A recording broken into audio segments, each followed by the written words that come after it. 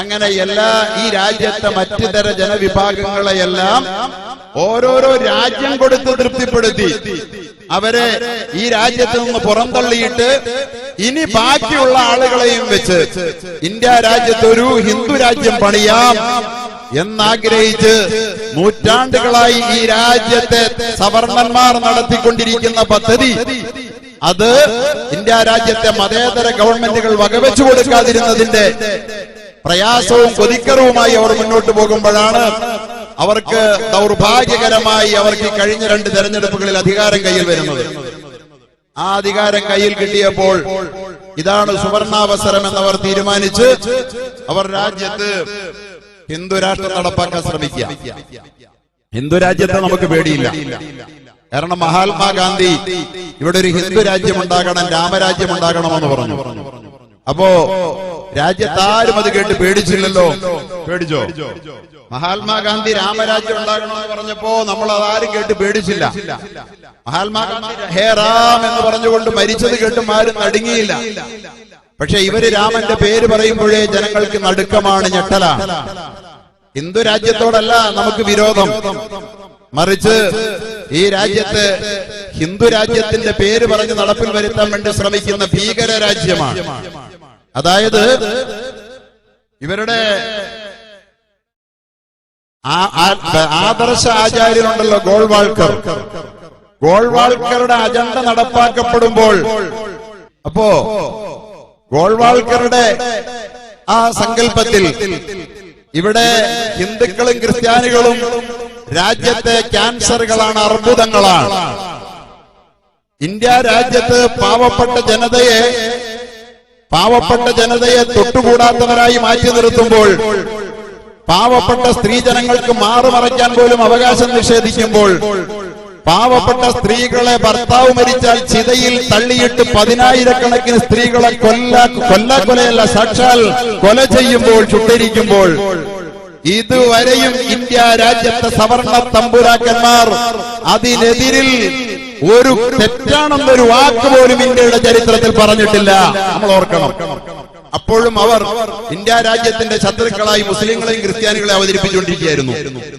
പെണ്ണുങ്ങളെ തീയി തള്ളിയിട്ട് കൊല്ലുന്നവർ ശത്രുക്കളല്ല, മാറുമറയ്ക്കാൻ അവസരം കൊടുക്കാത്തവർ ശത്രുക്കളല്ല, റോട്ടിൽ പട്ടിക്കും പശുവിനും വഴി നടക്കാവുന്ന തെരുവില് മനുഷ്യന് വഴി നടക്കാൻ പറ്റാതെ പോകുന്നത് ഭീകരതയല്ല, ശത്രുതയല്ല. ഇന്ത്യ രാജ്യത്തെ സവർണ തമ്പുരാക്കന്മാരുടെ ഉള്ളിലിരിപ്പ് നമ്മൾ അറിയണം, ഇന്ത്യക്കാരറിയണം. 50 കൊല്ലം മുമ്പ് വരെ നമ്മുടെ കേരളത്തിന്റെ തെരുവുകളും അനുഭവിച്ച ദുരന്തമാണത്. അതൊക്കെ ഇന്നില്ലല്ലോ, ഭിന്നത്തിന ഇപ്പൊ അത് പറയുന്ന ചില ആളുകൾക്ക് തോന്നുന്നത്. ഒരുപക്ഷെ നിഷ്കളങ്കരായ ഹിന്ദുക്കൾക്കും ചില RSSകാർക്കും ഒക്കെ ചിലപ്പോൾ തോന്നുന്നുണ്ടെങ്കിൽ അവരറിഞ്ഞോട്ടെ, 50 കൊല്ലം മുമ്പ് ഇന്ത്യ രാജ്യത്തെ ജനങ്ങൾക്ക് ഇവര് സ്വാതന്ത്ര്യം കൊടുത്തത് മനസ്സോടുകൂടി കൊടുത്തതല്ല. ഇന്ന് വരെ ചാതുർവർണ്ണ്യത്തിന്റെ ഭീകരതയെ ഇവരാരും വിമർശിച്ചിട്ടില്ല, ഒരു വാക്കുകൊണ്ട് പോലും. ചാതുർവർണ്ണ്യം തെറ്റാണെന്ന് ഇന്നോളം പറഞ്ഞിട്ടില്ല. ഈ സംഭവങ്ങളെല്ലാം നടക്കുമ്പോഴും ഈ സവർണ മനസ്സുള്ളവർ ഇന്ന് ഇന്ത്യ രാജ്യത്ത് ആസ്വദിച്ചേതു ഹിമാചലം അലയടിക്കുന്ന ഈ പ്രക്ഷോഭങ്ങളിൽ നമ്മുടെ ഭാഗമായി ചേരുന്ന ഹൈന്ദവ സഹോദരങ്ങളെ നമുക്ക് കാണാൻ കഴിയുന്നുണ്ട്. ക്രൈസ്തവ സഹോദരങ്ങളെ ബഹുമാന്യനായ സുസൈഭാഗ്യമടക്കം നമ്മളോട് ക്ഷണിക്കാതെ കയറി വന്ന ഐക്യദാർഢ്യം പ്രഖ്യാപിച്ച് കടന്നുപോയത് നമുക്കൊക്കെ പകരുന്ന ഊർജം ചെറുതല്ല. അതൊക്കെ ചെയ്യുമ്പോഴും ഇന്നും സവർണന്മാർ ഇതിനെതിരിൽ അരവാക്ക് മിണ്ടുന്നില്ല എന്നുള്ളത് നിങ്ങൾ കാണണം. കാരണം എല്ലാ മതങ്ങളെയും ഈ രാജ്യത്ത് നിന്ന് പുറന്തള്ളി ഈ രാജ്യത്ത് ഒരു സവർണ രാജ്യം കെട്ടിപ്പടുക്കാനുള്ള നൂറ്റാണ്ടുകളുടെ അജണ്ട സാക്ഷാത്കരിക്കുന്ന നിമിഷങ്ങൾ അവരിന്നും സ്വപ്നം കാണുകയാണ്, അവരിന്നും സ്വപ്നം കണ്ടു കഴിയുകയാണ്. ആ രാജ്യം വരുമെന്നാണ് അവരുടെ പ്രതീക്ഷ. ആ മോഹമാണ് ഇവർക്ക് സമ്മാനിച്ചുകൊണ്ടിരിക്കുന്നത്. അതിന് മുസ്ലിമീങ്ങളെ നിങ്ങൾക്ക് രാജ്യം തന്നില്ല. എന്തിനാണെന്നറിയോ? ഈ പാകിസ്ഥാൻ പകുത്ത മുസ്ലിമീങ്ങളുടെ തലയിലാ വെച്ച് കെട്ടണേ. പാകിസ്ഥാൻ മുസ്ലിങ്ങൾക്ക് വേണ്ടിയിരുന്നേയില്ല എന്ന് മാത്രമല്ല, പാകിസ്ഥാൻ മതരാഷ്ട്രമാണെന്നാ പറയുന്നേ. അത് കള്ളമായി എഴുതി വെച്ചതാ. പാകിസ്ഥാനിൽ ഒരു മതവുമില്ല. ഇസ്ലാമിക രാജ്യങ്ങളിൽ മതം വളരാതിരിക്കാനും മറ്റു രാജ്യങ്ങളിൽ മതം വരാനും ആവശ്യമായ എല്ലാ ആസൂത്രണങ്ങളും സാമ്രാജ്യത്വം അന്നേ ചെയ്തിട്ടുണ്ട്. ഇസ്ലാമിക രാജ്യങ്ങൾക്ക് മതമില്ല. നോക്കൂ, പാകിസ്ഥാനിൽ പോയതിനു ശേഷം പാകിസ്ഥാന്റെ രാഷ്ട്രപിതാവായി അവർ കണ്ടെത്തിയത് മതമില്ലാത്തവനെ ആയിരുന്നു എന്ന് നമ്മൾ മറന്നുപോയോ? മുഹമ്മദ് അലി ജിന്നയ്ക്ക് മതമുണ്ടോ? പാകിസ്ഥാൻ മതരാഷ്ട്രമാണെന്നുള്ള പഴി നമ്മൾ ഇപ്പോഴും കേട്ടോണ്ടിരിക്കുക. മുഹമ്മദ് അലി ജിന്നയെ കുറിച്ച് നെഹ്റുവിന്റെയും ജിന്നയുടെയും ചരിത്രം എഴുതിയ ഒരു ചരിത്രകാരൻ എഴുതി വെച്ചത്, നെഹ്റു എത്രമാത്രം ഹിന്ദു ആയിരുന്നുവോ അത്ര പോലും മുസ്ലിം ആയിരുന്നില്ല മുഹമ്മദ് അലി ജിന്ന എന്നാണ്. നെഹ്റു എത്ര ഹിന്ദു ആയിരുന്നോ ഹിന്ദു ആയിരുന്നില്ല, പക്ഷെ അത്ര പോലും മുസ്ലിം ആയിരുന്നില്ല മുഹമ്മദ് അലി ജിന്ന. ആ മുഹമ്മദ് അലി ജിന്ന പാർസിക്ക പെൺകുട്ടിയെ വിവാഹം കഴിച്ച് മദ്യം സേവിക്കുമായിരുന്ന, പന്നിമാംസം ഭക്ഷിക്കുമായിരുന്ന മുഹമ്മദ് അലി ജിന്ന മതത്തിന്റെ ആളാ. അദ്ദേഹം രാഷ്ട്രപിതാവായ രാജ്യത്തിന്റെ പേര് പറഞ്ഞുകൊണ്ട് ഇസ്ലാമിക രാജ്യം എന്ന് പാകിസ്ഥാനെ ചൂണ്ടിക്കാട്ടി ആരെയാ വരട്ടാൻ ശ്രമിക്കുന്നത്?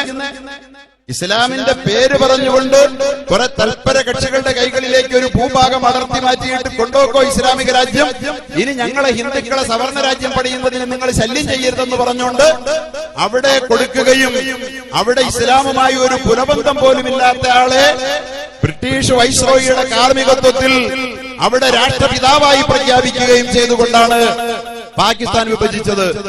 അതുകൊണ്ട് പാകിസ്ഥാന്റെ പേര് പറഞ്ഞ് ഇസ്ലാമിക രാജ്യത്തിന്റെ പേര് പറഞ്ഞുകൊണ്ട് ഇന്ത്യയിലെ മുസ്ലിമീങ്ങളുടെ അവകാശത്തെ ചോദ്യം ചെയ്യാൻ വരുന്നവനോട് പോടാ എന്ന് പറയാൻ മാത്രമുള്ള ആർജവം ഇന്ത്യയിലെ മുസൽമാനുണ്ട്. കാരണം പാകിസ്ഥാൻ എന്ന് പറയുന്ന രാഷ്ട്രവും വേണ്ടവർക്ക് കിട്ടിയെന്നേ ഞങ്ങൾ കരുതുന്നുള്ളൂ. ഒരിക്കലും മുസൽമാന് കിട്ടിയ രാജ്യമല്ല, മുസൽമാൻ അത് കൊതിച്ചിട്ടുമില്ല. അതുകൊണ്ടാണ് കാശ്മീരികൾ പാകിസ്ഥാനോടൊപ്പം പോകാഞ്ഞത്. കാശ്മീരികൾക്കും പാകിസ്ഥാൻ വേണ്ട. ഇവിടെ കാശ്മീരിന്റെ 370 വകുപ്പെടുത്തി കളഞ്ഞത് ഒരു മഹാസംഭവമാണ്. അത് ഞങ്ങൾക്ക് കോൺഗ്രസ് സർക്കാരുകൾക്ക് കഴിയാത്തതെന്തോ ഞങ്ങൾ ചെയ്തു പോയി എന്ന് വീരസ്യം പറയുന്നവരെ ഒന്ന് ഓർക്കണം. വിഭജനത്തിന്റെ സമയത്ത് അതിർത്തി പ്രദേശങ്ങളിൽ മുസ്ലിം ഭൂരിപക്ഷ സംസ്ഥാനങ്ങൾ പാകിസ്ഥാനിലേക്ക് പോകണമെന്ന് തീരുമാനിക്കപ്പെട്ടപ്പോൾ സിന്ധു നദീതട നാഗരികതയുടെ കളിത്തൊട്ടിലായിരുന്ന സിന്ധ് പാകിസ്ഥാനിൽ പോയി മുസ്ലിങ്ങൾ അധികമായതുകൊണ്ട്, പഞ്ചാബ് ഭാരതത്തിന്റെ ഭക്ഷ്യകലവറയായിരുന്ന പഞ്ചാബ് പോയി പാകിസ്ഥാന് നഷ്ടപ്പെട്ടു. അതുപോലെ തന്നെ ബംഗാൾ വിഭജിച്ച് പാകിസ്ഥാനിന് കൊടുത്തു. മുസ്ലിമീങ്ങൾ അധികമായതുകൊണ്ട് മതത്തിലും സംസ്കാരത്തിലും പാകിസ്ഥാനോട് ചേർത്ത് കൊട്ടി നിൽക്കുന്ന കാശ്മീർ എന്തുകൊണ്ട് പോയില്ല എന്ന് മറുപടി പറയണം നിങ്ങൾ. പാകിസ്ഥാനോടൊപ്പം പോകേണ്ട കാശ്മീറാ. അവര് പക്ഷെ പോകാതിരുന്ന് ഇന്ത്യയോടൊപ്പം നിന്നതിന് ഇന്ത്യ രാജ്യം കൊടുത്ത സമ്മാനമായിരുന്നു 370 വകുപ്പ്. പാകിസ്ഥാന്റെ ആകേണ്ടിയിരുന്ന കാശ്മീർ, ആ കാശ്മീരിന്റെ 370 വകുപ്പ് എടുത്തു കളഞ്ഞതുകൊണ്ട് ഈ രാജ്യത്തിന് ഒരു സംഭാവനയും നിങ്ങൾ ചെയ്തിട്ടില്ല. കാശ്മീരികളെ ഇന്ത്യയിൽ നകറ്റുകയാണ്. ഇന്ത്യയോടൊപ്പം നിൽക്കുന്ന ഫാറൂഖ് അബ്ദുള്ള ഇന്ത്യയുടെ തെരഞ്ഞെടുപ്പിൽ ഭാഗഭാക്കായി മുഖ്യമന്ത്രിയായ ഫാറൂഖ് അബ്ദുള്ള, അതുപോലെ തന്നെ മെഹബൂബ മുഫ്തി, ഇവരൊക്കെയാണ് ഇന്ന് തടങ്കലിൽ ജയിലിൽ കഴിയുന്നത്. പാകിസ്ഥാൻ വാദികളായ തീവ്രവാദികളല്ല, സ്വതന്ത്ര കാശ്മീർ വാദികളായ ഹുരിയത്തിന്റെ ആളുകളല്ല. ഇന്ത്യയെ സ്നേഹിക്കുന്നവരെ തടവിലിട്ടിട്ട് രാജ്യത്തെ രക്ഷിക്കുമോ ഈ പിശാചികൾ എന്ന് നമ്മൾ ആലോചിക്കണം. അതുകൊണ്ട് വസ്തുതാപരമായി നാം ചരിത്രം പഠിക്കുകയും ചരിത്രത്തെ കൃത്യമായ നിലയിൽ പറഞ്ഞു കൊടുക്കുകയും, ഇവരോട് നമുക്കൊന്നേ പറയാനുള്ളൂ, ഇന്ത്യ ഞങ്ങളുടേതാണ്. മര്യാദയ്ക്ക് ജീവിച്ചാൽ ഞങ്ങളോടൊപ്പം ഞങ്ങൾക്ക് സ്വസ്ഥമായി ജീവിക്കാം.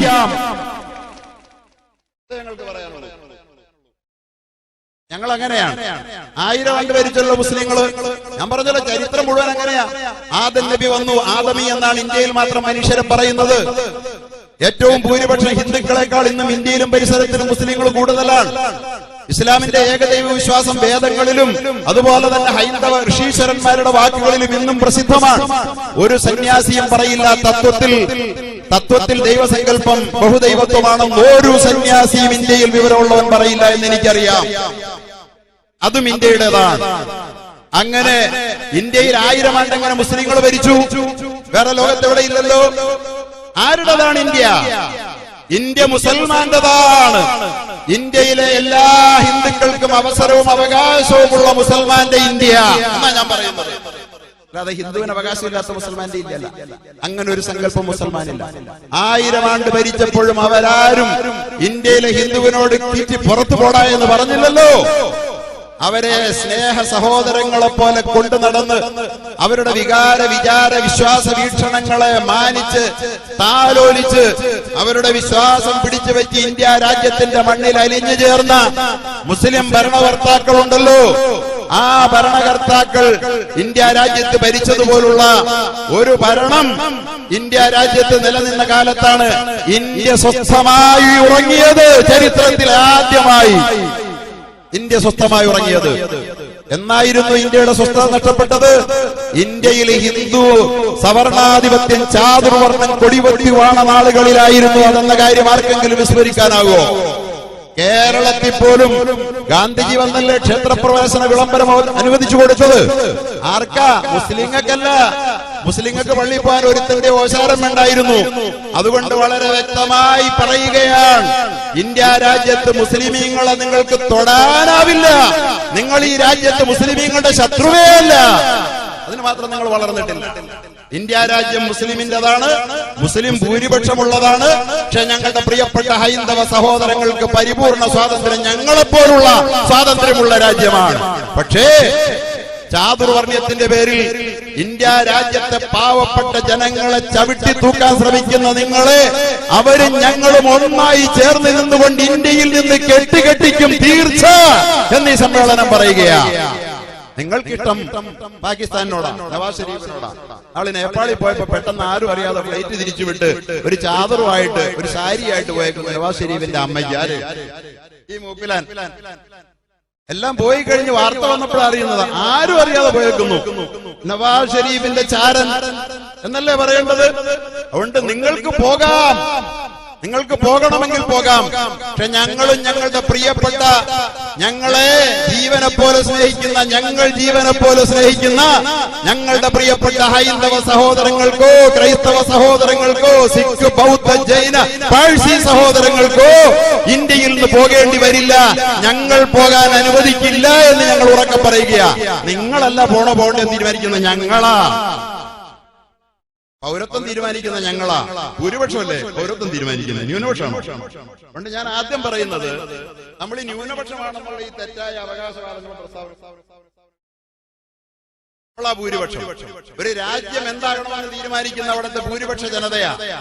അതുകൊണ്ട് ഇന്ത്യയിലെ ഭൂരിപക്ഷ ജനതയായ മുസ്ലിമീങ്ങൾ നാം തീരുമാനിക്കാം ആരിവിടെ നിൽക്കണം, ആരിവിടെ നിന്ന് പോകണമെന്ന്. രാജ്യത്തെ മനുഷ്യരെ മനുഷ്യനായി കാണാത്ത, പട്ടിയേക്കാൾ പന്നിയേക്കാൾ മൃഗീയമായി കാണാൻ ശ്രമിക്കുന്ന ഈ പിശാചുക്കൾക്ക് ഇന്ത്യയിൽ സ്ഥാനമില്ലെന്ന് നാമും ഇന്ത്യയുടെ അടിസ്ഥാന ജനതയും ഒന്നിച്ചു പറയുന്ന നാളുകളിലൂടെയാണ് ഇന്ത്യ രാജ്യം കടന്നുപോയിക്കൊണ്ടിരിക്കുന്നത്. അങ്ങനെ ഒരു ഒരുമിക്കലിന് വേദി ഒരുക്കാൻ കഴിഞ്ഞു എന്നുള്ളതിൽ ഇദ്ദേഹത്തിന് ഒരു നോബൽ സമ്മാനം വേണമെങ്കിൽ കൊടുക്കാൻ വേണ്ടി നമുക്ക് വേണമെങ്കിൽ നോബൽ അതോറിറ്റിക്ക് റെക്കമെൻഡ് ചെയ്യാം. ഇങ്ങനെ ഇന്ത്യൻ ജനതയെ സ്വാതന്ത്ര്യാനന്തരം ഇങ്ങനെ ഏകോദര സഹോദരങ്ങളെ പോലെ യോജിപ്പിക്കാനും പൈശാചിക ശക്തികളെ, ഇവരുടെ ഉള്ളിലിരിപ്പ് എന്താണെന്ന് നിങ്ങൾ ശരിക്കും മനസ്സിലാക്കണം. ഇവിടെ ഇവരുടെ ആചാര്യൻ എഴുതി വെച്ച ഗോൾവാൾക്കർ എഴുതി വെച്ചു, ഇവിടത്തെ മുസ്ലിമീങ്ങൾക്ക്, ഇത് ഞങ്ങൾ വെറുതെ പറയല്ല, മുസ്ലിമീങ്ങൾ വെറുതെ ഇല്ലാത്ത കാര്യം പറയുകയാണെന്നും പറഞ്ഞ് ഇപ്പോ എന്നെയും വിളിച്ചിരുന്നു. RSSന്റെ സുഹൃത്ത് പറയുന്നു, ഞങ്ങൾ എല്ലാ RSSകാരും മുസ്ലിങ്ങളുടെ ശത്രുക്കളല്ലെന്ന ഉസ്താദിനോടൊന്ന് പറയണമെന്നൊരു സുഹൃത്ത് എന്നോട് വിളിച്ചു പറഞ്ഞു. ചില ഉസ്താദുമാരെ കാണാൻ എവിടെ ഉസ്താദുമാരുള്ളതെന്ന് ഇങ്ങനെ തേടി നടക്കുകയാണ് പാവത്തുങ്ങൾ. ഇപ്പോ ഒരു ഗതികേട് ആലോചിക്കേ. നാം വിജയിക്കുന്നു, നാം വിജയിക്കുന്നു, സംശയമൊന്നുമില്ല. എല്ലാ ഉസ്താദുമാരെയും തേടി വരികയാ. എന്നെ വിളിച്ചു പറഞ്ഞു, എന്റെ പ്രസംഗങ്ങൾ കേട്ടിട്ടാന്ന് തോന്നുന്നു, ഇവിടെ വിളിച്ചിട്ട് പറഞ്ഞു, RSSകാരെ എല്ലാം ഇങ്ങനെ പറയരുത്, ഞങ്ങൾ മോഡിയുടെ അമിത്ഷയുടെ ആളുകളല്ല, ഞങ്ങളെ അയാളെ കേസിൽ കൊടുക്കുമെന്നുള്ള പേടി കൊണ്ടാണ്, മുഖത്ത് നോക്കി പറയാൻ പേടിയാണ് എന്ന് ആ ഉസ്താദിനോടൊന്ന് പറയാമോ എന്ന് ചോദിച്ചു. എന്നെ വിളിച്ചിട്ട് പറഞ്ഞു, ഇങ്ങനെയാണ് പറയുന്നത് ഉസ്താദെ. ഞാൻ പറഞ്ഞു, വളരെ സന്തോഷം, അങ്ങനെ കേൾക്കാൻ ഞങ്ങൾ എല്ലാവരും കാത് കുറിപ്പിച്ചിരിക്കുകയാണ്. പക്ഷെ അത് പതുക്കെ പറയരുത്, ഉറക്കെ പറയണം, രംഗത്ത് വരണം, അവരോടൊപ്പം ഞങ്ങളുണ്ട്, ഞാൻ അവരോട് പറയുന്നു. അതാണ്. അതുകൊണ്ട് പാളയത്തിൽ പടയാ. അവരുടെ മുഖ്യമന്ത്രിമാരൊക്കെ ഇപ്പൊ ഈ ബില്ല് പാസ്സാക്കില്ല, ഭേദഗതി നടപ്പാക്കില്ലെന്ന് പറഞ്ഞു കഴിഞ്ഞല്ലോ. ഇവരെന്തിനാ ഉള്ള ഒരുക്കാന്നറിയോ? ഗോൾവാൾക്കർ എഴുതി വെച്ച 100ാം വാർഷികം ആഘോഷിക്കുമ്പോൾ ഗോൾവാൾക്കർ എഴുതി വെച്ച് നടപ്പാക്കാൻ there are only 2 courses open to the foreign elements. വിദേശ വംശജർക്ക് മുമ്പിൽ 2 വാതിലുകളാണ് തുറന്നു കിടക്കുന്നത്, 2 സാധ്യതകൾ മാത്രമേ. ഏതാ വിദേശം? ക്രിസ്ത്യാനികളും മുസ്ലിങ്ങളെയുമാണ് വിദേശ എലമെന്റ്സ് എന്ന് പറഞ്ഞത്. അവർക്ക് മുമ്പിൽ രണ്ട് സാധ്യതകളേ ഉള്ളൂ. either to merge themselves in the national race and adopt its culture. ഒന്നുകിൽ അവർ ഇന്ത്യയുടെ വംശീയ സംസ്കാരത്തെ അതിൽ അലിഞ്ഞു ചേരുക, എന്നിട്ട് അത് സ്വീകരിക്കുക. അല്ലെങ്കിൽ ഇന്ത്യയിലെ വംശീയവാദികളുടെ ഔദാര്യത്തിന്റെ കീഴിൽ ജീവിച്ചോണം പുറത്തുനിന്ന് വന്നവർ. ഗോൾവാൾക്കർ എഴുതി വെച്ചതാ. അതാണ് ഇവിടെ നടപ്പാക്കാൻ ശ്രമിക്കുന്ന ഔദാര്യത്തിൽ കഴിഞ്ഞോണമെന്ന്. കൂട്ടരെ, ആർജവത്തോടെ ഈ സമുദായം പറയുന്നു, ആർക്ക് വേണം നിങ്ങളുടെ ഔദാര്യം? നിങ്ങളുടെ ഔദാര്യത്തിന്റെ കീഴിൽ കഴിയാൻ ഞങ്ങൾക്ക് മനസ്സില്ല. ഞങ്ങളുടെ ഔദാര്യത്തിന്റെ കീഴിൽ വേണമെങ്കിൽ നിങ്ങൾ കഴിഞ്ഞുകൊള്ളണം എന്ന് പറയാൻ ഞങ്ങൾക്ക് ധൈര്യമുണ്ട്. ഇത് നടപ്പാക്കാനല്ലേ ശ്രമിക്കുന്നത്. as long as the national race may allow them to do so. ഇവിടെ കഴിയാൻ നാഷണൽ റൈസ്, ദേശീയ വംശീയവാദികൾ അനുവദിക്കുന്നിടത്തോളം കാലം വേണമെങ്കിൽ കഴിയാം. and to quit the country at the sweet will of the national race. അല്ലെങ്കിൽ ഇന്ത്യൻ ദേശീയവാദികളുടെ വംശീയവാദികളുടെ അവരുടെ സന്മനസ് ഉൾക്കൊണ്ടുകൊണ്ട് വേണമെങ്കിൽ രാജ്യം വിട്ടു പോകാം എന്ന് എഴുതി വെച്ചിരിക്കുകയാണ്. ക്ലെയിമിംഗ് നത്തിങ്, ഒരു അവകാശങ്ങളുമില്ലാതെ ജീവിക്കുമ്പോൾ ജീവിക്കാൻ പറ്റുകയുള്ളൂ. Deserving no privileges even citizenship, ഒരാനുകൂല്യങ്ങളും പ്രതീക്ഷിക്കേണ്ട പൗരത്വവും എന്ന് എഴുതി വെച്ചത് നടപ്പാക്കാൻ വേണ്ടി ശ്രമിക്കുന്നതാണിത്. അത് മോഹമാണ്. അതാണ് മോഹം. പക്ഷെ നടപ്പാകാത്ത മോഹം മാത്രമാണ് എന്ന് മാത്രമേ നമ്മൾ ഇപ്പോൾ പറയാൻ ആഗ്രഹിക്കുന്നുള്ളൂ.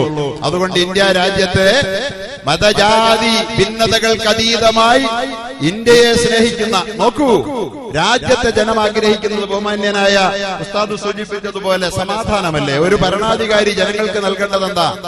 സന്തോഷവും സമാധാനവും. ക്രമസമാധാന ഭംഗമുണ്ടായാൽ അത് തീർത്ത് ക്രമസമാധാന ഭദ്രത ഉറപ്പുവരുത്തേണ്ട ഭരണാധികാരികൾ ക്രമസമാധാന ലംഘനത്തിന് നേതൃത്വം നൽകുകയാണ്. കലാപം സൃഷ്ടിക്കുന്നു ഭരണകൂടം. കലാപം ഭരണകൂടം സൃഷ്ടിച്ചാൽ പറ്റില്ലെന്ന് നമുക്ക് പറയണം. ഞങ്ങളുടെ രാജ്യത്തെ എല്ലാ മതേതര പ്രസ്ഥാനങ്ങളും ഞങ്ങളുടെ ജനപ്രതിനിധികളും എല്ലാം ഞങ്ങളുമായി ഇന്ന് കൈകോർത്ത് നിങ്ങളെ പുറന്തള്ളാൻ ഒരുമിച്ച് ഒറ്റക്കെട്ടായി രംഗത്തുണ്ടെന്ന് നിങ്ങൾ ഓർത്തുകൊള്ളുക. എണ്ണപ്പെട്ടിരിക്കുന്നു നിങ്ങളുടെ നാളുകൾ എന്ന കാര്യത്തിൽ തർക്കമില്ല. ഞങ്ങളുടെ നാളുകൾ എണ്ണപ്പെട്ടതാണ്. അക്രമികളായ ഭരണാധികാരികളുടെ കഥ ഇവിടെ പറയുകയുണ്ടായി. ഹിറ്റ്ലർ എത്ര ഭീകരനായിരുന്നു! 60 ലക്ഷം ജൂതന്മാരെ ഗ്യാസ് ചേംബറിൽ ചുട്ടുപൊരിച്ചെടുത്ത മനുഷ്യൻ അവസാനം തിരുനെറ്റിയിൽ നിറയൊഴിച്ച് യമപുരി പോകേണ്ടി വന്നതാണ് ചരിത്രമെങ്കിൽ, ഹിറ്റ്ലറിലും മുസോളിനിയിലും ജർമ്മനിയിലും ഇറ്റലിയിലും നമുക്ക് പഠിക്കാൻ ഏറെ പാഠമുണ്ടെന്ന് പറഞ്ഞു വെച്ച ഗോൾവാൾക്കർ എന്ന് പറയുന്ന സൈദ്ധാന്തികന്റെ പിൻഗാമികളെ, അദ്ദേഹം നിങ്ങൾക്ക് വാങ്ങിത്തരാൻ പോകുന്നതും ഹിറ്റ്ലറുടെ ചരിത്രം തന്നെയാണ്, അതിന്റെ ആവർത്തനം തന്നെയാണ്. മുസോളിനിയെ നടുറോട്ടിൽ ജനം തല്ലിക്കൊന്നു. അങ്ങനെ ഒന്നും നമ്മുടെ ഭരണാധികാരികൾക്ക് വരാതിരിക്കുമാറാകട്ടെ എന്ന് ഞങ്ങളും നിങ്ങൾക്ക് വേണ്ടി പ്രാർത്ഥിക്കുകയാണ്. കാരണം ഈ രാജ്യത്തെ ജനക്ഷോഭം കാണുമ്പോൾ അതൊക്കെ സംഭവിച്ചു പോകുമോ എന്ന് ഞങ്ങൾക്ക് പേടിയുണ്ട്. അതുകൊണ്ട് നിങ്ങളുടെയൊക്കെ തലതൊട്ടപ്പനായിരുന്ന ഒരു ഭിന്നിപ്പിച്ച് ഭരിക്കലിന്റെ ഒരു ആചാര്യനുണ്ടായിരുന്നു ചരിത്രത്തിൽ. അവന്റെ പേര് ഫറോവ എന്നാണ്. ഈജിപ്തിൽ ഒരുപാട് പിരമിഡുകൾ പണിതുകൂട്ടി തന്റെ സ്മരണകൾ ചിരസ്ഥായിയാകണമെന്ന് ആഗ്രഹിച്ച ലോകത്തെ എക്കാലത്തെയും ഭീകരനായ ഭരണാധികാരി ഫറവോൻ, അവനും അവനോടൊപ്പമുള്ള ആളുകളും ഖാറൂൻ കൂടെ ഉണ്ടായിരുന്നു. ഇന്നിപ്പോ ചിലർ പറയുന്നു ഇത് സവർണ രാജ്യത്തിന്റെ പടപ്പുറപ്പാടാണ്. ആദ്യം മുസ്ലിമീങ്ങളെ ഉന്നം വെച്ച് പുറന്തള്ളി നിർവീര്യരാക്കിയാൽ പിന്നെ ചാതുർവർണ്ണ്യം, ബ്രാഹ്മണ സേവ അത് ഒരു ജന്മപരമായ അവകാശമാണെന്ന് വിശ്വസിക്കുന്ന അധകൃത ജനവിഭാഗം. ഇന്ത്യയിലെ അധകൃത ഒരിക്കലും സ്വാതന്ത്ര്യത്തെ കുറിച്ച് സങ്കല്പിക്കുക പോലുമില്ല. അതവർക്കറിയാം. ഇന്ത്യയിൽ സ്വാതന്ത്ര്യം എന്ന് പറയുന്ന ആശയം കൊടുത്ത മുസ്ലിങ്ങളാണ്. ബ്രാഹ്മണന്റെ പാദസേവ എന്ന് പറയുന്നത് പുണ്യമാണെന്ന് അവരെ പഠിപ്പിക്കപ്പെട്ടതുകൊണ്ട് ഇന്ത്യയിലെ അധകൃത ജനവിഭാഗം അവർക്കെതിരെ സ്വാതന്ത്ര്യത്തിന് വേണ്ടി ചെറുവിരൽ അനക്കില്ലെന്ന് അവർക്കറിയാം. അതാണ് അവരുടെ ധൈര്യം. മുസ്ലിമീങ്ങളെ പുറന്തള്ളിയാൽ ബാക്കിയുള്ളവർ ഞങ്ങളുടെ അടിമകൾ താനേ ആയിക്കൊള്ളുമെന്ന്. അങ്ങനെ അവരെ പുറത്താക്കാൻ വേണ്ടി ശ്രമിക്കുന്നവരോട് വിനീതമായി ഞങ്ങൾക്ക് പറയാനുള്ളത്, ചരിത്രത്തിൽ ആ ഫറോവയോടൊപ്പം ഇപ്പോ ചിലർ ചോദിക്കുന്നു, അങ്ങനെയാണെങ്കിൽ മോഡി സവർണനല്ലല്ലോ. എന്നെ ഒരാൾ പരിഹസിച്ചു, എന്റെ പ്രസംഗത്തിന് കീഴിൽ കമന്റ് ഇട്ടുണ്ട്. മോഡി സവർണനല്ല, ദളിതനാണ്. അതുപോലെ തന്നെ അമിത്ഷാ സവർണനല്ല, ഹിന്ദു പോലുമല്ല. അത് തന്നെയാ ഞങ്ങളുടെ പ്രശ്നം. ഞാൻ പറയാറുണ്ട്, നിങ്ങൾ ഹിന്ദു ആകാത്തതാണ് ഞങ്ങളുടെ പ്രശ്നം. നിങ്ങൾ ഹിന്ദു ആയിരുന്നുവെങ്കിൽ ഈ വൃത്തികേടുകളോട് ഉണ്ടാകുമായിരുന്നില്ല എന്ന് ഞങ്ങൾക്കറിയാം. പിന്നെ മോഡി സവർണനല്ലെന്നുള്ളത് കൊണ്ട് മോഡി സവർണന് വേണ്ടി വിടുപണി ചെയ്യില്ല എന്ന് ആരാ പറഞ്ഞത്? ഫറോവ എന്ന് പറയുന്ന ബനൂ ഇസ്രായേല്യരായ സാധുജനങ്ങളെ ടിബത്തി ഭൂരിപക്ഷത്തിന്റെ വംശീയത ഉപയോഗിച്ച് വളരെ ക്രൂരമായി പീഡിപ്പിച്ച് അധികാര സ്ഥാനങ്ങളിൽ അകറ്റി മാറ്റിയ ഫറോവ എന്ന് പറയുന്ന ഏകാധിപതിക്ക് പിണിയാളായി വർത്തിച്ചത് ഖാറൂൻ എന്ന് പറയുന്ന ആ ബനൂ ഇസ്രായേലികളിൽ ഒരുത്തനായിരുന്നു എന്ന് ഖുർആൻ പറയുകയാ. ഇന്ന ഖാറൂന കാന മിൻ ഖൗമി മൂസ ഫബഗാ അലൈഹിം. ഇന്ന ഖാറൂന കാന മിൻ ഖൗമി മൂസ ഫബഗാ അലൈഹിം. ഖാറൂൻ മൂസയുടെ വംശത്തിൽപ്പെട്ടവനായിരുന്നു, എന്നിട്ടും അവർക്കെതിരിൽ അവൻ അക്രമം അഴിച്ചുവിട്ടു. ഇത് തന്നെയാണ് മോഡി, അധികൃതരുടെ വിഭാഗത്തിൽപ്പെട്ടവനാണ്, എന്നിട്ടും അവർക്കെതിരിൽ അയാൾ അക്രമം അഴിച്ചു വിടുകയാ. ഇത് ചരിത്രത്തിന്റെ തനിയാവർത്തനമാ. അതുകൊണ്ട് ജന്മം കൊണ്ട് സവർണനാകണമെന്നില്ല, കർമ്മം കൊണ്ടും അതുപോലെ തന്നെ മനസ്സുകൊണ്ട് സവർണനായാൽ മതി. പക്ഷെ ഈ സവർണ ആധിപത്യം രാജ്യത്ത് വിജയിക്കില്ലെന്ന് ഇന്ത്യയിലെ ജനത എത്രയോ വട്ടം തെളിയിച്ചു. കഴിഞ്ഞ 2 തെരഞ്ഞെടുപ്പിലും എണ്ണത്തിന്റെ സാങ്കേതികതയുടെ നൂലിൽ തൂങ്ങി ഇന്ത്യ രാജ്യത്തിൽ നിങ്ങൾ അധികാരത്തിലിരിക്കുന്നുവെന്നല്ലാതെ 30% ഇന്ത്യൻ ജനത വോട്ട് ചെയ്തവരിൽ 30% പോലും മഹാഭൂരിപക്ഷം വരുന്ന ഹിന്ദുക്കൾ നിങ്ങൾ വോട്ട് ചെയ്തോ? ഇല്ല എന്നുള്ളതാണ് ഞങ്ങളുടെ പ്രിയപ്പെട്ട ഹിന്ദുമത വിശ്വാസികളുടെ ഞങ്ങളുടെ വിശ്വാസത്തിന്റെ ആധാരമായി വർത്തിക്കുന്നത്. ആ വിശ്വാസം തകരുകയില്ല എന്ന് ഞങ്ങൾക്ക് തീർച്ചയുണ്ട്. അതുകൊണ്ട് ഞാൻ എന്റെ വാക്കുകൾ ഉപസംഹരിക്കുകയാണ്. അല്ലാഹു സുബ്ഹാനഹു വ തആല ഇവിടെ തടിച്ചുകൂടിയ പണ്ഡിതന്മാരുടെ പാരമ്പര്യം അങ്ങനെയാണ്. അവര് പെട്ടെന്നൊന്നും തെരുവിലിറങ്ങൂല. അവര് പരമാവധി അവരുടെ പള്ളികളിലും അവർ ദർസുഗാഹുകളിലും അതിന്റെ അകത്തളങ്ങളിലും ആത്മീയമായ അധ്യാപനങ്ങളുമായി ഒതുങ്ങിക്കൂടാനാണ് ആഗ്രഹിക്കുക. രാജ്യത്ത് സമാധാനം നിലനിൽക്കുന്നിടത്തോളം കാലം അവർ പള്ളിയിൽ നിന്ന് വെളിയിൽ ചാടൂല. രാജ്യത്ത് സമാധാനം നിലനിൽക്കുന്നിടത്തോളം അവർ ദർസുഗാഹുകളിൽ നിന്ന് വെളിയിൽ വരില്ല. പക്ഷെ അവർ വെളിയിൽ വന്നാൽ അവർ ലക്ഷ്യം നേടിയല്ലാതെ അവർ തിരിച്ചു കയറില്ല എന്നത് ലോക ചരിത്രത്തിന്റെ പാഠമാണ്. അതുകൊണ്ടാണ് ഇപ്പോൾ ഉൾക്കിടിലുണ്ടായല്ലോ, എല്ലാ ഉസ്താദുമാരെയും കാണാൻ വരുന്നുണ്ട്. പാവം, ഞാൻ സന്തോഷത്തോടെ പറയാ, കേരളത്തിലെ ഈ സാധു RSSകളായി തെറ്റിദ്ധരിക്കപ്പെട്ട ഈ സാധു ജനങ്ങളൊന്നും ഈ മോഡിയോടും അമിത്ഷായോടൊപ്പം അല്ല കേട്ടോ. അവർക്ക് പറയാൻ ധൈര്യമില്ലാത്തോണ്ടാ വന്ന് കണ്ട് ഞങ്ങൾ അങ്ങനൊന്നും അല്ല എന്ന് പറയാൻ അവരെല്ലാ പള്ളികളും കയറി ഇറങ്ങുന്നെങ്കിൽ ഇന്ന് അമിത്ഷാ ആരുടെയും പൗരത്വം നഷ്ടപ്പെടുത്തില്ലെന്ന് പറയാൻ നിർബന്ധിതനായെങ്കിൽ അത് ഈ രാജ്യത്തെ പൗരബോധമുള്ള ജനങ്ങളുടെ ഉയർത്തെഴുന്നേൽപ്പിന്റെ വിജയമാണ്. ഇത് ഇൻഷാ അല്ലാഹ് വിജയം കാണുക തന്നെ ചെയ്യും. സാധ്യതകളൊന്നും നമ്മുടെ മുമ്പിലില്ല എന്നുള്ളത് നമ്മൾ ഭയപ്പെടുത്തേണ്ടതില്ല. സാധ്യതകൾ ഉള്ളപ്പോഴല്ല അള്ളാഹു നമ്മെ സഹായിക്കുന്നത്. കടലിന്റെ നടുവിലാണ് അള്ളാഹു മൂസയെ സഹായിച്ചത്. തീയുടെ നടുവിലാണ് അള്ളാഹു ഇബ്രാഹിമിനെ സഹായിച്ചത്. പ്രളയത്തിന്റെ നടുവിലാണ് അള്ളാഹു നോഹിനെ സഹായിച്ചത്. കുരിശിൽ വെച്ചാണ് അള്ളാഹു തആല ഈസ നബിയെ സഹായിച്ചത്. നാട്ടിൽ നിന്ന് നാട്ടിപ്പുറത്താക്കി അഭയാർത്ഥിയായി ഓടിയപ്പോഴാണ് മുഹമ്മദ് മുസ്തഫയെ രാജാവായി മദീനയിൽ സ്വീകരിച്ചുകൊണ്ട് അള്ളാഹു സഹായിച്ചത്. സാധ്യതകൾ എവിടെ അവസാനിക്കുന്നുവോ അവിടെ അള്ളാഹുവിന്റെ സഹായം ആരംഭിക്കുന്നു എന്നാണ് ചരിത്രത്തിന്റെ പാഠമെന്ന് നാം തിരിച്ചറിയുന്നുണ്ട്. സാധ്യതകൾ എവിടെ അവസാനിക്കുന്നുവോ അവിടെ അള്ളാഹുവിന്റെ സഹായം ആരംഭിക്കുന്നു. അതുകൊണ്ട് വളരെ വൈകാതെ ഇന്ത്യ രാജ്യത്ത് മുസ്ലിമിനൊരു സുവർണകാലം വരാൻ പോകുന്നുള്ളതിന്റെ സൂചനകളാണ് ഈ സംഭവങ്ങളിലൂടെ ഉരുത്തിരിഞ്ഞു വന്നുകൊണ്ടിരിക്കുന്നത്.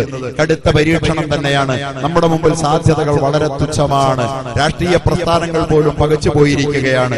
ദേശീയ രാഷ്ട്രീയ പ്രസ്ഥാനത്തിന്റെ നേതാക്കന്മാർ പോലും എന്ത് ചെയ്യണമെന്നറിയാതെ പതറുകയാണ്. അവരെല്ലാം നമ്മോടൊപ്പം ഉണ്ടെങ്കിൽ പോലും അധികാര ശക്തിയോട് എങ്ങനെ അഭിമുഖീകരിക്കണമെന്നറിയാതെ പതറുകയാണ്. ആർക്കു മുമ്പിലും ഐഡിയ ഇല്ല എങ്കിൽ പോലും ഈ സാധ്യതകളില്ലാത്തിടത്ത് അല്ലാഹുവിന്റെ സഹായം വൈകാതെ വരും. അലാ ഇന്ന നസ്റല്ലാഹി ഖരീബ്, അലാ ഇന്ന നസ്റല്ലാഹി ഖരീബ്. കടലിന് മുമ്പിൽ വന്ന് നിന്നുകൊണ്ട് മൂസ നബിയും അനുയായികളും വിളിച്ചുപോയി. കാരണം അല്ലാഹു സഹായിക്കും, അല്ലാഹു സഹായിക്കും, അല്ലാഹു സഹായിക്കും എന്ന് പറഞ്ഞ് തന്റെ പ്രിയപ്പെട്ട അനുയായികളെ തടുത്തുകൂട്ടി പുറകിൽ കൊണ്ട് നടന്ന മൂസ നബിക്ക് തൊട്ടു മുമ്പിൽ ചെങ്കടൽ, തൊട്ടു പിൻപിൽ ലക്ഷക്കണക്കിന് വരുന്ന ഫറവോന്റെ സൈന്യം. ഇനി സഹായത്തിന്റെ സാധ്യത എങ്ങുമില്ല. മത്താ നസ്റുല്ലാഹ് എന്ന് മൂസ നബി പോലും അലറിപ്പോയി. ഹത്താ യഖൂല റസൂൽ വല്ലദീന ആമനൂ മഅഹു. നബി പോലും പറഞ്ഞു പോയി ഇനി എപ്പോഴാ സഹായം. അല്ലാഹ് പറഞ്ഞ മറുപടിയാണ് നമുക്ക് പറയാനുള്ളത്. അവിടെ തൊട്ടു മുമ്പിൽ സഹായമുണ്ടായിരുന്നു. മൂസ അലൈഹിസ്സലാത്തു വസ്സലാമിന് പോലും തിരിച്ചറിയാൻ കഴിയാത്ത സഹായം. അലാ ഇന്ന നസ്റല്ലാഹി ഖരീബ്. അറിയണം, ഹലോ, അല്ലാഹുവിന്റെ സഹായം അടുത്താണ്, കടലിലാണെന്ന് ആർക്കെങ്കിലും അറിയാൻ പറ്റുമോ? അതുകൊണ്ട് ഒരു നടുക്കടലിലാണ്, ചെകുത്താനും കടലിനും ഒക്കെ നടുവിലാണ് നമ്മൾ. സഹായം തൊട്ടു മുമ്പിലാണ്. നമ്മൾ ആർജവത്തോടെ, ക്ഷമയോടെ, തഖ്വയോടെ ഉറച്ചു നിൽക്കുക, അത്രമാത്രം. അല്ലാഹു അനുഗ്രഹിക്കുമാറാകട്ടെ. വആഖിറു ദഅവതി അൽഹംദുലില്ലാഹ്.